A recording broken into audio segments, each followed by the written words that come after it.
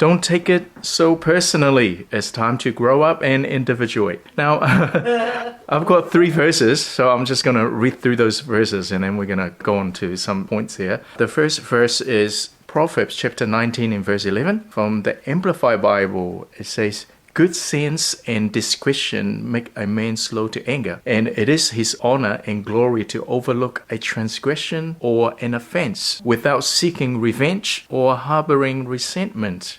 That's from Proverbs chapter 19 in verse 11. The second verse is Proverbs chapter 17 in verse 9. Proverbs chapter 17 in verse 9. Whoever would foster love covers over an offense, but whoever repeats the matter separates close friends. Right.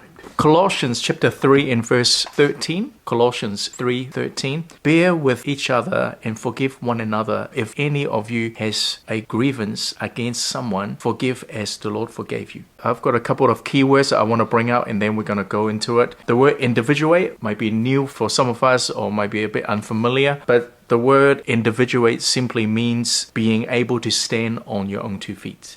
Right. And another word I want to bring up, and you will hear it in this session, is the word thin-skinned. Okay, the word thin-skinned means easily offended or too sensitive to criticism or disapproval. What about this term, thick-skinned? Thick-skinned means resilient to criticism or unaffected by negative feedback emotionally or mentally. So what is thin-skinned?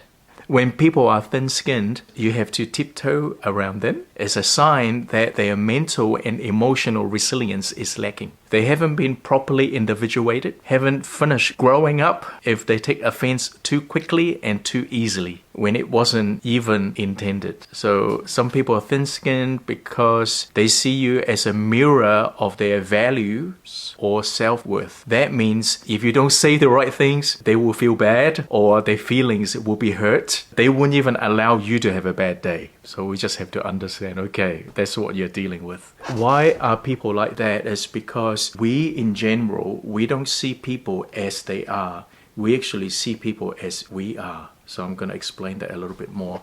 That means before we can see people as they really are, we have to stop seeing them as we are.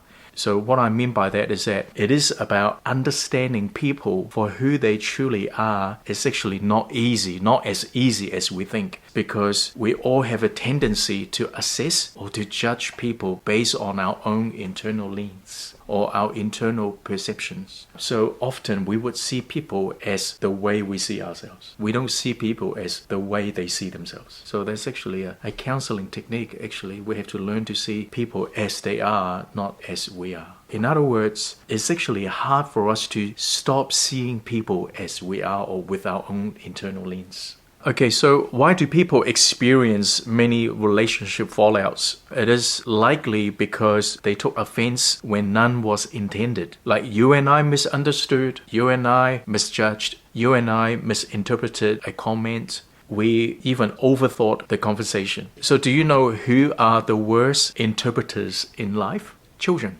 Children are the worst interpreters in life. In fact, children are excellent observers or recorders, but they are poor interpreters. Children would take things or take everything personally. So they would think the world revolves around them. They don't consider other people, they don't reflect, they don't conclude things well, and often they would make unhealthy conclusions about themselves and others until they get parental guidance. Until someone would come to them and say, no, that's not how you see it. This is how you see it, right? Because they're kids. Okay, so a lot of children carry this type of poor interpretation into their adulthood. We call it emotional arrested development, or some people call it a defiled mind. So remember, right? A lot of things can be interpreted in both ways, a good way and a bad way. Sometimes things can be interpreted in multiple ways, but a defiled mind will always interpret them negatively because it fits their internal defiled narratives. And they like taking offense, and sometimes it's a habit to them, and the habit will eventually consume their energy, exhaust all their resources, or strain all their relationships until they find themselves alone or degenerated. And people like that can be in their 20s or 30s.